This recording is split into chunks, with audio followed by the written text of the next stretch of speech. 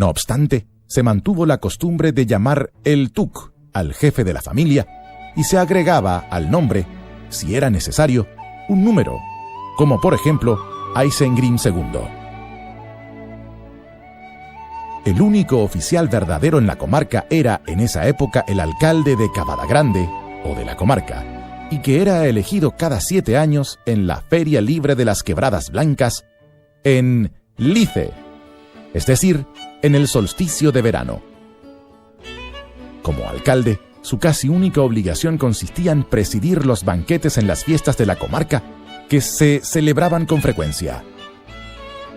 Pero a la alcaldía se agregaban los oficios de jefe de correos y primer oficial, de modo que el alcalde ordenaba tanto los servicios de mensajeros como los policiales. Estos eran los únicos servicios de la comarca y los mensajeros los más numerosos y los más atareados. Los hobbits no eran todos instruidos, de ningún modo, pero los que lo eran escribían constantemente a todos los amigos y algunos parientes que vivían más allá de una tarde de marcha. Oficiales era el nombre que los hobbits daban a sus policías o al equivalente más cercano. Por supuesto, no llevaban uniforme, cosas así eran completamente desconocidas, sino una simple pluma en el sombrero, y en la práctica eran guardias campestres más que policías, y se ocupaban más de los animales extraviados que de las gentes. En toda la comarca solo había 12, 3 en cada cuaderna, para trabajos internos. Un cuerpo bastante mayor, que variaba de acuerdo con la necesidad, estaba dedicado a batir las fronteras e impedir que la gente del exterior de cualquier clase, grandes o pequeños, molestaran demasiado. En la época en que empieza esta historia, los fronteros, como se los llamaba, se habían multiplicado mucho. Había numerosos informes y quejas acerca de personas y criaturas extrañas que merodeaban fuera o dentro de los lindes. Primer signo de que todo no estaba completamente en orden, como lo había estado siempre, excepto en cuentos y leyendas de otro tiempo. Muy pocos prestaron atención a tales indicios y ni siquiera Bilbo tenía aún noción de lo que esto presagiaba. Habían pasado 60 años desde que emprendiera el memorable viaje y era viejo hasta para los hobbits, quienes con frecuencia alcanzaban los 100 años, pero era evidente que todavía conservaba mucho de la considerable fortuna que había traído de vuelta. Cuánto o cuán poco no lo había revelado a nadie, ni siquiera a Frodo, su sobrino favorito. Y todavía guardaba en secreto el anillo que había encontrado.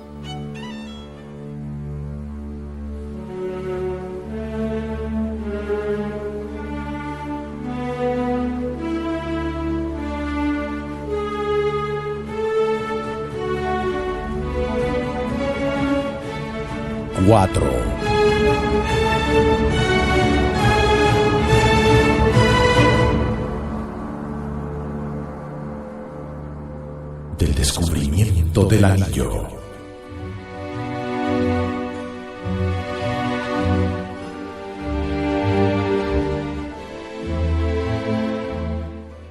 Como se cuenta en El Hobbit, un día llegó a la puerta de Bilbo el gran mago, Gandalf el Gris, y con él 13 enanos. Nada menos que Thorin Escudo de Roble, descendiente de reyes, y 12 compañeros de exilio. Bilbo salió con ellos, del todo perplejo, en una mañana de abril del año 1341 del cómputo de la comarca, a la búsqueda del gran tesoro, el tesoro oculto de los reyes enanos de la montaña, debajo de Erebor en valle, lejos al este. La búsqueda fue fructífera, dieron muerte al dragón que custodiaba el tesoro. Sin embargo, aunque antes del triunfo final se libró la batalla de los 5 ejércitos, en la que murió Thorin, y se realizaron muchas proezas, el asunto habría incumbido apenas a la historia posterior o solo hubiera merecido algo más que un comentario en los largos anales de la Tercera Edad de no haber mediado una causa fortuita. El grupo fue asaltado por orcos en un alto paso de las montañas nubladas, en el camino hacia las tierras ásperas, y sucedió que Bilbo se perdió un tiempo en las profundas y negras minas subterráneas de los orcos, bajo la montaña, y allí, tanteando en vano en la oscuridad, posó la mano sobre un anillo, caído en el piso de un túnel. Se lo guardó en el bolsillo.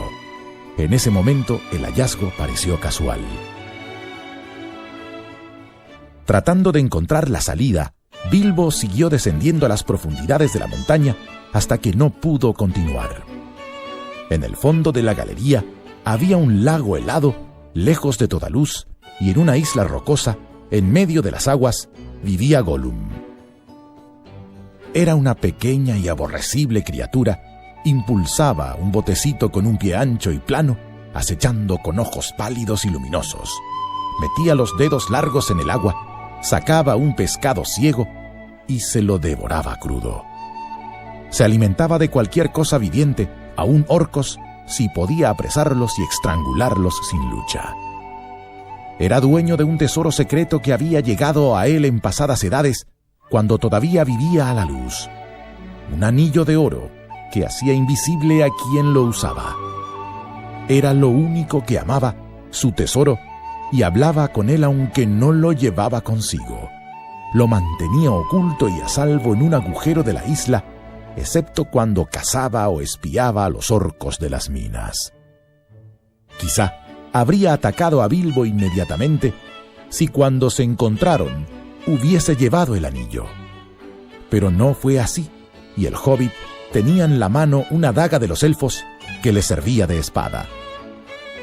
Para ganar tiempo, Gollum desafió a Bilbo al juego de los enigmas, diciéndole que propondría un enigma, y si Bilbo no podía resolverlo, lo mataría y se lo comería.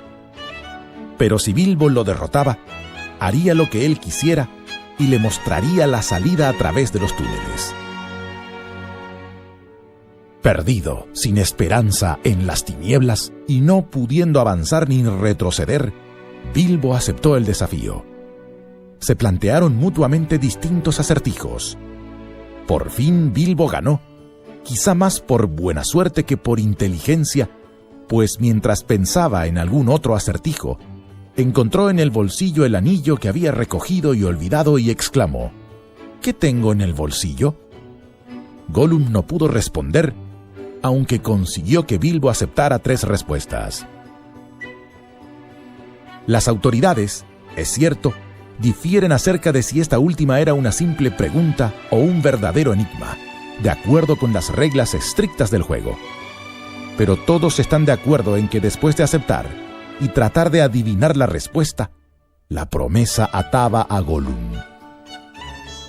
Bilbo lo obligó a mantener su palabra, pues se le ocurrió la idea de que ese ser escurridizo podía ser falso, aunque tales promesas eran sagradas, y aún las criaturas más malignas siempre habían temido romperlas. Pero después de pasar tantos años solo en la oscuridad, el corazón de Gollum era negro y abrigaba la traición.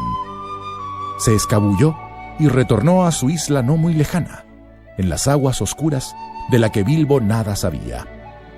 Allí, pensaba, estaba el anillo. Se sentía ahora hambriento y enojado. Pero una vez que tuviese el tesoro con él, ya no temería ningún ataque. Pero el anillo no estaba en la isla. Lo había perdido o había desaparecido. El grito penetrante de Gollum estremeció a Bilbo, quien todavía no entendía lo que había pasado. Gollum había encontrado por fin la respuesta al enigma, pero demasiado tarde. «¿Qué tiene en el bolsillo?», gritó. Los ojos le brillaban como una llamarada verde cuando volvió rápidamente sobre sus pasos, decidido a asesinar al hobbit y recobrar el tesoro.